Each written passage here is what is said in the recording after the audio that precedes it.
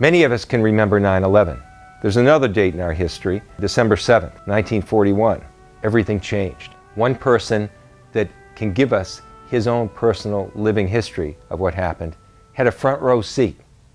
That was Frank Connolly of Quincy, who was there as the bombs landed, who witnessed history in a means that will indelibly be placed in his mind. As he shares that with us, it will remain in our minds.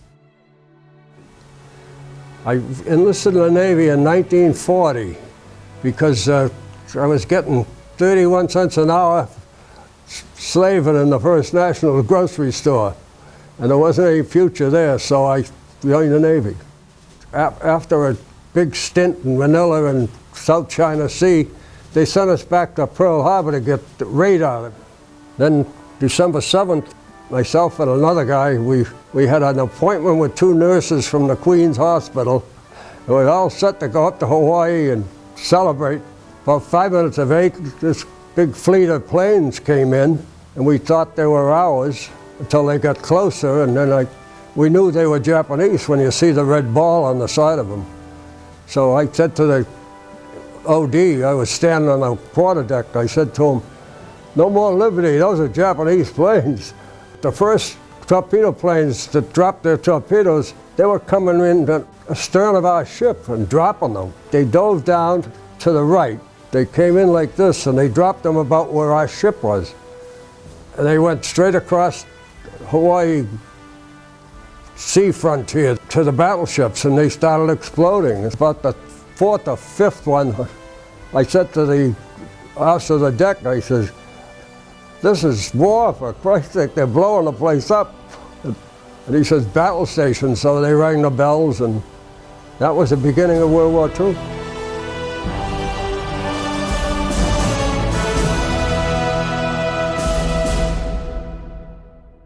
So then we realized how many planes there were. There was a slew of them. Some of them were going across with smoke coming out of them. Some of them were going across shaky and weaving, and those are the ones that were diving into the foundations of Hickam Field, because everything was within a couple of miles of each other. So even if the plane got hit, they'd pick out a target and steer for it. Then we got underway. About 10:30 in the morning, they got steam up so that they could move the ship.